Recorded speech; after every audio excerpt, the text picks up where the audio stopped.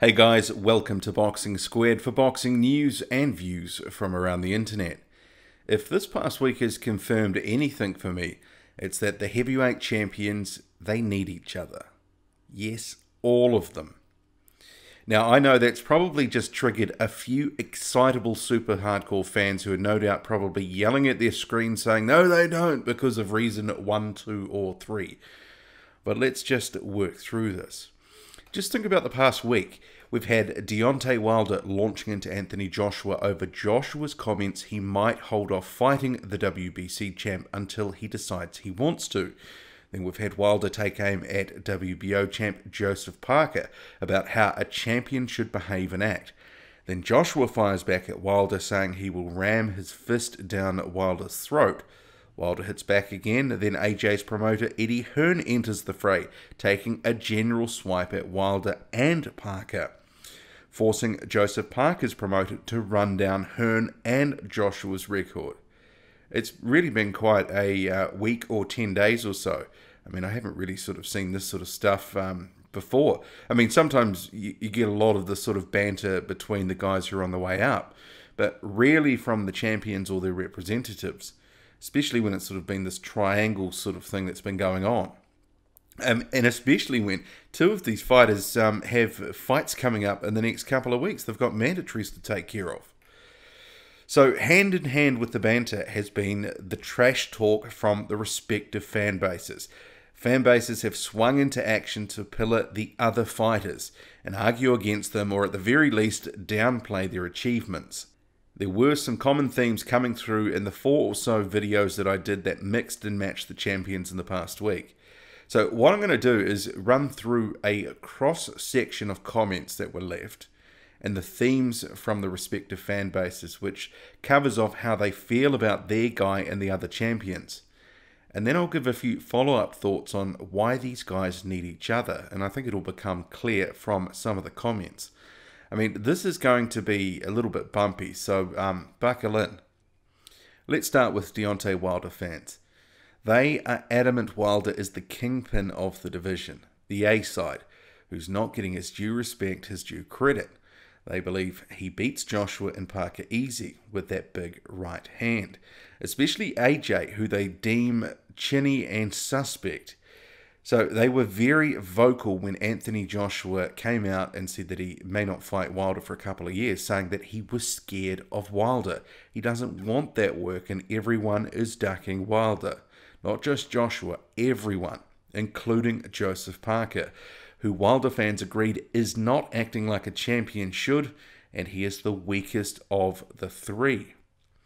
And I know some of this is poison to Joseph Parker and Anthony Joshua fans, but coming up there will be the return leg of this, so don't worry. One of the pro-Wilder commenters, Michael Johnson, he was definitely a frequent flyer in the comment section. So he was defending Wilder's record in general and chastised Joshua for delaying a fight between the two, or potentially delaying one at least. So he was saying, so you mean to tell me AJ will not fight Deontay Wilder because of his record, but will turn around and fight someone who has not fought anyone? Or if they did, they got knocked out. I'm betting AJ's next 3 fights will be against all bums. AJ will not fight against Ortiz, and if he does fight him before Deontay Wilder, then we really know what's up at Duck Squad. But the flip side of the coin, there were a majority of commenters leaving savage comment and commentary for Wilder, saying many of his outlandish comments were out of hand, including Joshua being scared, and also his alleged hypocrisy for calling out champions, but having fought no one of note in almost 3 years as a champ and 9 years as a pro. And also related to that, a lot of Joseph Parker fans did not take kindly to Wilder telling Parker how to be a champion and conduct himself. So Chris VBNM said Wilder is just terrified in tasting defeat by someone that does not offer the payday that Joshua does. That is the whole reason why he's not just jumping in with somebody who offers risk, but low reward. So Derek Robbins, he weighed in with this. Fanboys see the world with rose-coloured specs, blinkered by the love for their fighter. Wilder, as Boxing Squared has already said, is a very dangerous fighter, but unfortunately the boxing world are still out on assessing their judgment because his team always cherry-picked his opponents. That is simply not good enough as WBC green belt holder of nearly 3 years. A call-out is only serious when the promoter actually tables an offer to the opponent. Social media doesn't constitute an offer. And that comment did resonate with me, because the jury is still out for many fans on how good Wilder is. I actually found a Bleacher Report article from January 2015 which went through the top 10 heavyweights in the division. It had Wilder at number 7, and the blurb effectively said Wilder looks good, but we haven't really seen him in the ring with anyone decent yet. And I would argue we still haven't. And Wilder fans will say I'm hating on him right now for that comment, but for me, I cannot properly judge the guy until he's been in the ring with someone at his level. I think he is good, really good, but I just don't know how good. And I want to know. And I'll come to this a little bit later in the wrap-up. In terms of Anthony Joshua fans, well, they have clearly been annoyed with Wilder suggesting Anthony Joshua is scared. They've been quick to poke holes in Wilder's record and general opposition, and have put some of the comments down to jealousy, as AJ has a huge fan base. He packs out stadiums and is making mega dollars in comparison to Wilder. In terms of Joseph Parker, and that's a fight a number of Joshua fans want to see, but there was a clear majority that thinks AJ wipes the floor with Parker. And some were even riled that Parker's promoter, David Higgins, is now trying to dictate to AJ and to Eddie Hearn. So in terms of the Wilder rhetoric, Victor Barter had this to say: "This is the bitter truth. Call out or not, Anthony Joshua got to that position Deontay Wilder is begging, dreaming, and praying to be. You can dress a pig in pearls and it remain valueless. All of a sudden, the only rush in Deontay Wilder's life is Anthony Joshua." But other commenters believe that AJ is chinny, is now fighting bumps, and is unwilling to fight Wilder, or even fight away from the UK. DOG215 said if AJ wants to be great, fighting in the UK won't solidify his legacy, no matter how much he fills stadiums. And there is something to that stadium. I mean, Lennox Lewis has certainly spoken about before that he needed to take things international to flesh out his legacy, to prove that he was truly great. I know this is something that AJ and Eddie Hearn have spoken about, so it probably will come down the road. But yeah, right now, does it need to happen immediately? I'm not sure. I mean, if he's around for another 10 years, you could argue there's plenty of time. And Paul Keogh, he had this to say about Higgins turning the screws and refusing to deal with lowball offers from Eddie Hearn. Let Parker and Duco sit on their worthless belt. Anthony Joshua doesn't need it. He's the earner. Higgins needs to wind his neck in. Okay, so if we quickly look at Joseph Parker. So his fans, like Joshua fans, they've been quick to respond to criticism levelled at Parker by Wilder, who said everyone was giving Parker a pass, and as a champion, you have to act like a champion at all times. As already noted, Wilder's modest record of good opponents was a key prong in responses to those comments. There was also a fair bit of angst about Parker being the perceived weakest champion, with Parker fans noting his general level of opposition being quite good and the fact that he's been in tough style matchups recently. There's also a few that think he will beat Anthony Joshua if the pair fought. So Carl Atwell, he summed up with, Parker can beat AJ. I think there's no doubt about that one. And JD Shamaidi 22 added, if Parker is so easy to beat, then why not fight him ASAP? Do you know why? Because he is dangerous. Some were more dismissive though, like Fraz 6354. Parker is nowhere near Joshua's level. A blind man can see that. If they ever fight, Joshua will beat him easily. Parker isn't even being considered in the big fights now because he looks like rubbish. One of the reasons that I did decide to put some comments in this video was the debate in this Champions Triangle that we have has really been fierce in my recent videos. And people have been coming back for days and days and days afterwards, back and forth, back and forth. The lines have been drawn on this one, on who is the best, and people have been putting their reasons why forward. So I do thank you for joining the conversation.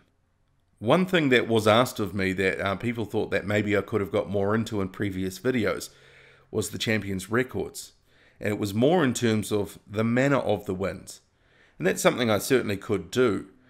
But it doesn't take a rocket scientist to work out that the line of reasoning, it immediately favours Wilder and Joshua, who have more knockouts than Parker, who is at a 75 KO ratio and has been pushed to a decision 3 times in a row now. I mean, some of these arguments about the sort of KOs and that sort of stuff, it's not linear. And as I already mentioned above, I mean, Parker fans sort of say that style matchups could have been largely behind this sort of thing. He's been made to look bad, even though he's got a good win. There was also certainly a lot of debate in the comments section of the various videos about the respective guys and their records. And Wilder and Joshua fans, they're not buying all this talk that Parker has better opponents on his record than the other guys. There is this constant vibe that Parker is somehow underrated, but he's got better guys on his record. And they certainly weren't buying it. But in terms of pure facts, so I will get to the record question, but it's not so much of an answer. It's more that I'll leave you to draw your own conclusions. So Boxing Clever round 2, he had this to say, and I thought it was a really good comment. It is just pure facts. Wilder has 38 fights and a 97% KO ratio, holds 1 belt with no world-class names on his resume, and has an Olympic bronze medal. Parker has had 24 fights and a 75% KO ratio, holds 1 belt with no world-class names on his resume. Joshua had only 19 fights and a 100% KO ratio, holds 2 belts with at least 1 world-class name on his resume, and has an Olympic gold medal.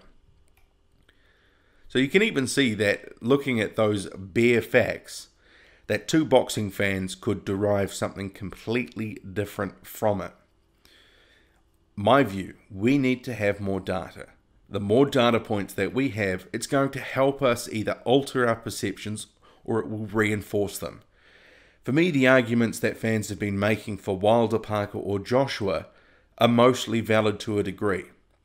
I mean, you can look at it sort of like debating. You can fashion an argument one way based on the known facts, the available facts. But it shows for me how subjective things can be in boxing. And it's not just that, you know, there's home country fighters, all that sort of stuff. There's more to it than that. And it also shows me that we just don't know enough about these guys to yet categorically say who the best is. For me, each has a few question marks over their name. For Joshua, is he chinny? Can he live up to the expectation, or is he somewhat overhyped? For Wilder, is he also chinny? And can he beat the best when he finally faces the best? For Parker, is he more than just a top 10 boxer? Is he actually underrated, or have we just been oversold on his potential? There are more questions, far more questions, for all of them. But those are just a couple that I have, at least, as a boxing fan. And don't get it twisted. I like all these guys, and I'm on the record as saying Joseph Parker is my favourite fighter. But that doesn't mean I can't like all the fighters, and it doesn't mean I can't ask questions, that I can't think or wonder, you know, X or Y about a certain fighter, or wonder why he's doing something this way. I think we should be asking questions. And when I critically analyse each record, there's simply not enough meat on the bone for any of those guys. And beating a few top 15 guys, it's going to help, sure, but the doubts will remain until these guys face each other, or at least an Alexander Povetkin or Luis Ortiz type. There's not many names. The pool is quite small now, and it's certainly in a position where Wilder, no one is willing to give him credit for knocking over perceived bums, you know, guys that are top 20 or top 30 anymore. It won't be long before Joshua and Parker are in the same spot. The honeymoon will wear off. Even if they keep winning, the honeymoon will wear off, and we will demand more. We'll be like, yeah, okay, we've had enough of the guy who's in the top 15. It'll be out and out, well, why isn't he unifying? Why isn't he facing this guy here who's the biggest threat on the scene? Because those are the fights we should be seeing. And they all talk a good game. They all say they want to fight each other and seemingly have unshakable confidence. Well, in public at least. So I'm really hopeful that we are going to see some unifications happen sooner rather than later. I mean, if you remember back a year or so ago, we were starting to talk about 2017 being that year when the unifications, when the dominoes would start falling. That wasn't that long ago. And now 2018, it's creeping up on us, and I'm just not so sure. I would really like to see it, but we'll just have to wait. It's boxing after all. Anything can and does happen. But what do you make of it all? Drop a comment. I'd really like to hear what you think of this video, some of the comments that are being left, and do these guys need each other? Because I believe they need each other quite badly. Drop a comment, hit like, hit subscribe, follow me on Twitter, boxing_squared. I'm out.